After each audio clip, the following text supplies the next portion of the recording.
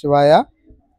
శ్రీ వెంకమ్మ పేరంటాలమ్మ దేవస్థానం రామవర్పాడు ఆలయంలోని ఉపాలయమైన శ్రీ గంగా పార్వతీ సమేత రామలింగేశ్వర స్వామి ఆలయంలో వచ్చే శనివారం అనగా 27/6/2026 శని త్రయోదశి సందర్భంగా శనీశ్వరుడికి విశేష తైలాభిషేక అర్చనలు జరుగుతున్నాయి.